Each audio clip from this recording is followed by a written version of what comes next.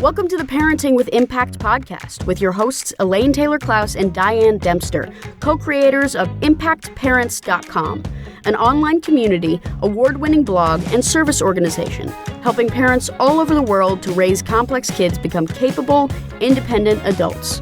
Elaine and Diane are certified coaches with personal experience raising children with challenges such as ADHD, anxiety, and more, and extensive experience in guiding parents to raise their complex kids with confidence and calm.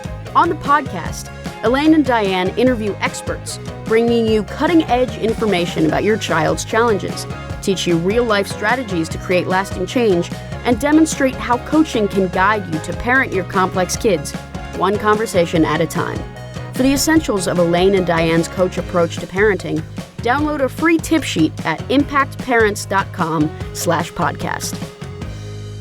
Welcome back, everybody, to another fabulous conversation in the Parenting with Impact podcast. I am super excited that Diane and I are welcoming Dr. Karen Bridbord to talk with us today. Karen and I met through a mutual client, actually, and became fast friends and colleagues, and we support each other and encourage each other all the time, refer to each other a lot because we just are simpatico. So I can't wait for you to meet her. She is a psychologist in New York City in both organizational psychology and also working with couples. And so today we're going to talk about couples and family dynamics and family systems. I'll also mention that she's a Gottman Institute trained therapist. So there's that whole sort of nervous system regulation issue that, we do a lot of work around trigger management. And so she's also our go-to person for reference on that. So Karen, welcome. I'm so glad you're here. I'm so happy to be here. Yay. I was looking forward to this for a long time. We finally made it work. We finally made it happen. It's so cool. So Karen, why don't you start by just talking a little bit about how you got into what you do and the backstory? Oh, the backstory, of course, has to do with childhood, right? So, because you're a psychologist. Because I'm a psychologist, right? So I grew up in a home with two people, actually quite happily married. I'm one of those psychologists who had, who decided to go into couples work. And my parents actually had a very good marriage, still do. It's going to be 50 years actually next month. But they came from very different worlds. My father is an American. My mother is an Israeli, actually originally a Palestinian because she was born in Palestine. And they met, fell in love. And I grew up in a home with two people from very different worlds. And I spent most of my summers as a child in Israel. And I never felt fully American, and yet I never felt fully Israeli when I was in Israel, right?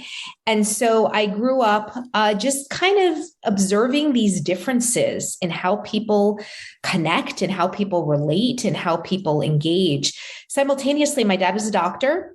My mother managed his office, and I got to see two people working together and bringing work home, right? And I got to see, and that's one of the legs of my job is really helping people work more effectively together. And I help family-owned businesses a lot as well, looking at family dynamics. Yeah. And growing up, most of the people in my family were in the helping professions.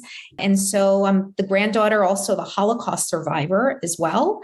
So I was very interested in trauma pretty early on and understanding it, how it affects behavior. And so all of these kinds of factors resulted in me deciding to pursue a career in psychology. And in fact, my first career was in organizational psychology in the workplace. And then I realized I didn't really have the skills that I needed in order to help people more directly. And that's when I decided to go and do my PhD and become a licensed psychologist so that I could really understand and help people, whether it was in organizations or one-on-one or in couples, simultaneously getting trained by John Gottman, which was awesome. And so that's been very impactful on my work with couples particularly. So I love this because I've known you all this time and I never knew any of this about you. So that's so super cool. Tell us a little bit about the couples. Like we were talking before the show about, what happens in a family system when couples are impacted or when a child has complex issues. So let's talk about that focus on couples. Yeah, I would say that so much of my work, and just this morning, as I was saying, I had two couples before we met up, and a lot of the discussion ended up falling on their complex children, right? Mm-hmm. And so, the system as a whole, the family, right, very much is impacted by, people are impacted by each other. But it's not just that the couple is impacted by the complex child, it's also that the complex child is impacted by the parents' system in and of itself, the dyad, and how they're getting along and how they're dealing with the effects of the complexity of their child's life on their own lives. How are they relating to each other? Often when couples have complex children or a complex child, they end up feeling a lot of stress, and how they manage that stress gets played out. And the children are often privy to how that gets played out. And I'll give you an example of this. A couple that I've recently been working with, where every time their 10-year-old daughter has a fit, and she has ADHD, she has an anxiety disorder, she has a lot going on, and she poses a lot of a challenge. But anytime she starts having a meltdown or a fit, what we came to understand is that the couple, usually one parent is involved with her, goes to get involved, and then the other parent joins. And in that joining, the parent that joins, unbeknownst to him, turns against his partner. Mm-hmm. Because he's so stressed out by the fact that their child is, let's say, throwing a lamp at the moment, right? Right. And then the child sees the parents engage with each other in this conflict. What ends up, because then the mother gets defensive and says, it feels like you're criticizing me. Why are you criticizing me? The focus goes away from the problem child. is over there, right? The problem now is over there. The child escalates. Because now the child's trying to get the attention back, right? And the child feels like it's their fault. And there's all those things. Right. Is mommy going to leave because she's mad? Right. Right. And so with this particular couple, and understanding the pattern that they had been engaged in for quite some time, they started to do something very differently with my consultation. Right. Which is basically when their child, the first thing, like let's say the mother's with the child, the father approaches, the first thing that he asks the mother is, "Are you okay? What's going on? Is everything, Are you okay?" What a shift. Beautiful. What a shift. First couple of times, the child kind of looked like, what the heck is going on? What did my father just drink? Right. Right. And then he not only does that, he reaches out and puts his hand on her shoulder, right? This is all choreographed. Supporting the mom. Hug. Supporting mom. Yeah. Supporting mom. This is what unified front. Well, there's so many pieces that are beautiful about this. What I love most, it's the best explanation for why focusing on the parents matters so much when you're supporting complex kids, because that influences everything in the dynamic. It influences so much because the child then, right, for whatever reason, the initial outburst happened, right? Her, in this case, anxiety would just rise at that moment. And it just made it even more challenging to help calm her down. So when you take away the dynamics of the parents arguing, right, and making it about them, interestingly, though, I kept it about them. They kept it about them, but they kept it about them in a very loving way, which also communicated to the child. It wasn't like a secondary reinforcement, because sometimes when children get that attention, right, when they're misbehaving and they get attention, that they continue to misbehave because it's like, oh, this is how I get attention. Even negative attention is a positive thing. Is attention, right? So, but there's so many ways that, right, the system is being affected by how the couple is functioning. And it's completely interrelated. And it's our challenge, right? So let's explain what you mean by the system, because those of us who have done this work, we understand the term, and people who work with you privately would understand it. But what do you mean by the system is impacted? Right. So the system as a whole is the family. It's whoever is in under that roof, whether it's the mother, the two mothers, the two fathers, the mother, the father, the kids, the one kid, the multiple kids. That is the system as a whole. Then you have subsystems within the system. So, for example, the couple is a subsystem, right? Mm-hmm. A parent-child relationship, that's a system. There are many subsystems within the system as a whole. But each person in and of itself could be also considered a system in and of itself that's impacting the other. So I'm using the word system pretty free flowing. Well, but yeah. And the other thing that strikes me is so that, let's just say you've got two parents and a single child. You've got that child in relationship with each separate parent as different systems. Exactly. And then, so you've got a bunch of systems. You've also got often in the world we're talking about these complex issues. So you have some diagnostic issue, maybe it's ADHD or anxiety or learning issues that kind of plays another role in that system as well. Absolutely. Absolutely. It becomes an element in and of itself. And by the way, it can affect the other children in the system that don't have this issue. Right. And that sometimes those children that are neurotypical, right, end up kind of getting a little bit ignored. And that can be a problem as well down the line, because suddenly I often see this as the complex child gets the help that they need and they start becoming more regulated. All of a sudden, you see the neurotypical child start to develop some kind of issue as well, right? Because, or maybe they weren't neurotypical, but it was not rising to the surface enough. Exactly. To call the attention. Exactly. And it's so fascinating how that, and oftentimes parents will also describe, how when one child is in crisis, right, the other one isn't. And how is it that kind of happens? Because we're all relating to each other. And that's what it means to be a system, right? That's really what group dynamics are about, how certain people in the system hold things for the group as a whole. So, for example, there's, we can say that I don't know anybody these days that doesn't have anxiety, right? Not right now. Anxiety, right? We all have anxiety. Anxiety can be good. It's just when it gets to that certain level where it gets to be too much that it can really negatively affect us. But some anxiety is okay. But when you have a child, let's say, who has an anxiety disorder, right, where that child is experiencing anxiety such that they're refusing to go to school, they're refusing to leave the house, right? All that energy is focused in that direction. And other people kind of don't have to deal with their own anxiety. Interestingly, it's once that child... I can take care of yours. I don't have it anymore. Exactly. Right.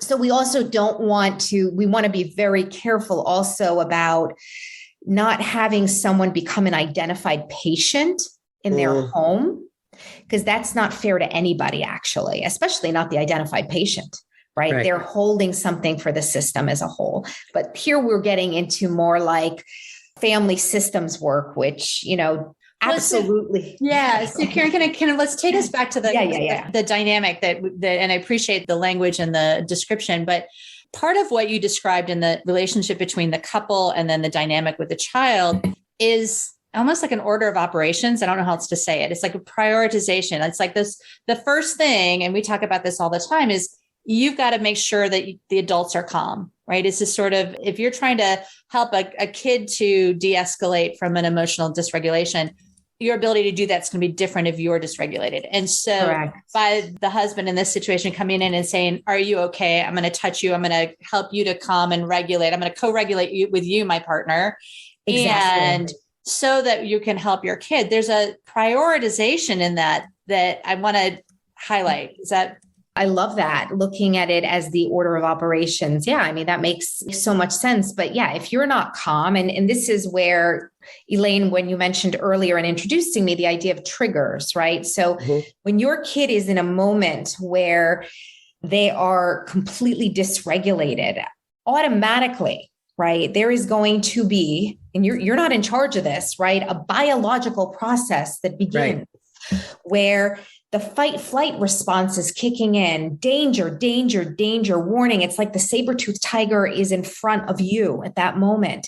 Right. And it happens so automatically. And we become very reactive in those moments. I mean, some people do, I should say. Other people, so there's the fight flight response. Some people fight. Some people flee when they become very in that space. They just withdraw. They withdraw in fear, or they freeze. right? That's the fight, flight, freeze response. And understanding that as parents, when your children are in a moment, that is exactly what could be happening. And by the way, people have different different tendencies in terms of how quickly they flood, in terms of how quickly they get into that fight flight mode. And how long it takes for them to get out of it. Absolutely. Yeah. Absolutely. There's some interesting research that does show that if you're masterful at self-soothing, which is really the antidote to calming down, it takes at least 20 minutes to calm down, right? And by the way you calm down is not by thinking of the thing that just led you there. The way we calm down is actually by taking our minds completely off that incident. Otherwise, we remain flooded.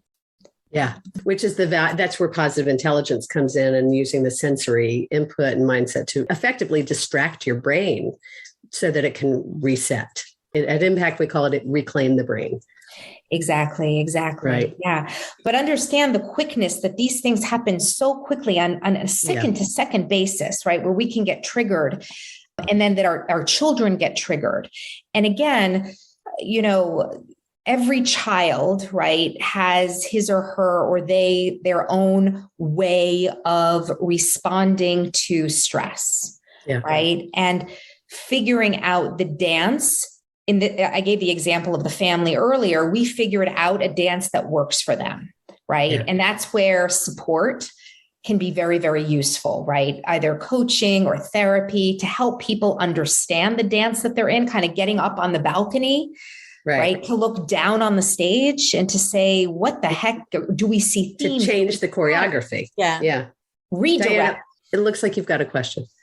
No, what I want to kind of go back to, though, is the system, right? It's just sort of, because that's so interesting. I know. It all plays together, and it's like, you're triggered, I'm trying to help you help them. It's a sort of, it is a dance. And yet the question is, how do you maneuver in that? Because I think a lot of parents particularly are in situations where, okay, like, I get this conceptually and they're listening to this, and the other adult in my life doesn't quite get this. You're in a situation where you're working with a couple and you're saying, okay, couple, this is how you dance differently. Part of what I want to talk about is, okay, you're one person in a system of 5 people or 3 people or whatever it is. How do you dance different? How do you influence the system when it's mostly you that are doing the influencing? It's such a good question. And I think the first step is really, though, that self-awareness, to understand what you are doing. If you don't know what you're doing, how are you going to see what's working and what isn't working? So I think that people really need to reflect on the dynamics. And the reality is, and I see this time and time again, couples are like, wow, this just happened all over again. Different day, different time, but it's the same thing, right? So number one is awareness. And if you're having trouble figuring out what's going on, again, that's where external support, because you're right, sometimes we're in it and it's really hard to both witness. Usually it happens after, right? After the shit hits the fan, right? After we calm down, right? That we can reflect on what happened. And certainly having a partner there with you, your significant other or whatever, it can be very helpful, right? To really kind of dissecting, well, what happened? I was in the den, you were in the kitchen. All of a sudden I heard, Jane screaming in the other room. We both ran. You're just like you would have seen in a play. You're kind of looking back at it, right? And then you're trying to find other instances where you've had similar, just the similarity is the emotion, is the experience, right? And then you are, thinking about, well, where can we intervene a little differently to stop something from happening? My example earlier, where we stopped it was the minute he entered the system, what he was doing was he was making a comment or asking a question that made his partner feel like she was being criticized. Right. Well, and in our realm, for those of you from our community, this is an example of a place to take aim. When you really get clear and you understand what's going on in the system or in the dynamic within the system, really, which is what you're speaking to, then you can begin to say, okay, if we can change this one thing, we're going to have a completely different cascading impact. And what you're describing is this one thing is how to handle it when the second person comes into an already existing dynamic with a triggered person in the other part of the system. Exactly. And this is one tiny little nuance, right? So how do you tag in? That's all we're talking about is how do you tag in a way that is helpful and not destructive? And using, Gottman's terms, right? In any given interaction, John Gottman, the couples, guru, right? He says that you have one of three choices. You can either turn towards the person, turn away from the person, or turn against the person. And it's a little bit more complex than that. Turning away means to ignore the person. Turning against means to be why are you doing that? Right? That's turning against, right? And turning towards might be, how can I help? It's a more positive second to second engagement, right? The complexity is sometimes you might think that you're turning towards, but it's being perceived as turning against. That's an important piece is that, right? I was talking to a mom about that yesterday. It's I hear your heart in this, that you're really there to help your kiddo. This happened to be a mom and a son. How do you think he's hearing the dynamic? He may see you as turning against him and you're trying to turn towards him. And often they do. They have this knee-jerk defensive reaction that especially has them experiencing our energy to help as actually hurtful. And let me say, particularly, with kids with ADHD, who are prone to this, some particularly very prone to this rejection sensitivity. Right. Exactly. And so even a well-meaning statement hey, this is the way I used to do this in the past that helped. They could perceive it as, oh, you're saying you're better than me. You know, and something seemingly innocuous becomes extremely hurtful to the kid who doesn't feel very good about him or herself or themselves. Right. So, yeah. So I hate to do this, but we are at time. We are over so time. Fun. This was like a taste, little tiny piece of the conversation. I told you it was going to go so fast. We should do 4 more episodes or something, Karen. Definitely. Follow-ups. Yeah. So we've done one parent and dynamic. Maybe we'll come back and we'll do a different couple dynamic. Sure. We'll just hit different ones. Sure. So tell people how they can find out more about you or get in touch with you.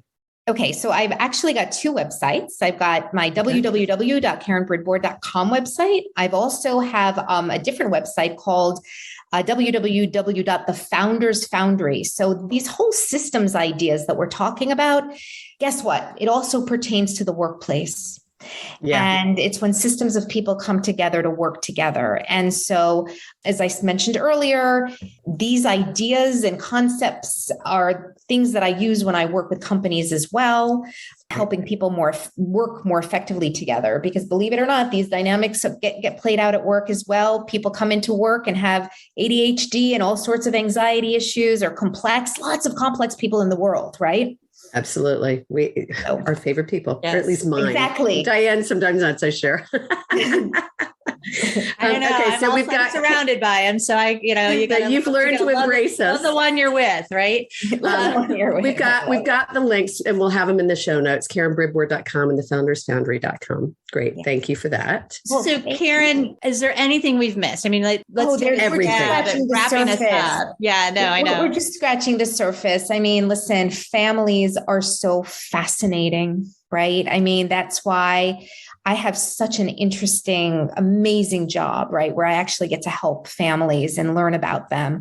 I would just say that if anything, I want to leave your audience with just, a word of hope and possibility that even in the most dire moments where you think this is horrible and this is just, we're struggling so much, we're suffering so much, we're in so much pain, understand that there are things that can be done and ways of engaging with each other differently that it's not going to take away the anxiety. It's not going to take away the ADHD. It's not going to take away the complexity, but it's certainly going to help live with it much better. Yeah, I love that. And that's what your work does. Diane and Elaine, that's what your work does is so important. So important is you're coaching parents on how to be coaches to their children in ways where their kids can hear them. So, yeah. I appreciate that so much, because the hope is the piece that I think a lot of parents really struggle to connect with. And there really is change, because what everyone in that system we're talking about wants more than anything else is to be in relationship with each other. They want that. Love and kids love. want that. And so we can build on that and take that hope and possibility and learn some ways to do it differently. So thank you for that. And grow and become better people as a result. Really. Awesome. All right, Diane, bring us home. Okay. So Karen, quick quote, motto, what do you want to leave our audience with? One that's right on my desk, which, is probably backwards it's you got this. You got this. You got this. My favorites. Yeah, you can do this. You can change this. You can make this work. It's up to you. And the change, don't give up. Diane and I say it all the time, the change you want for your kids starts with you.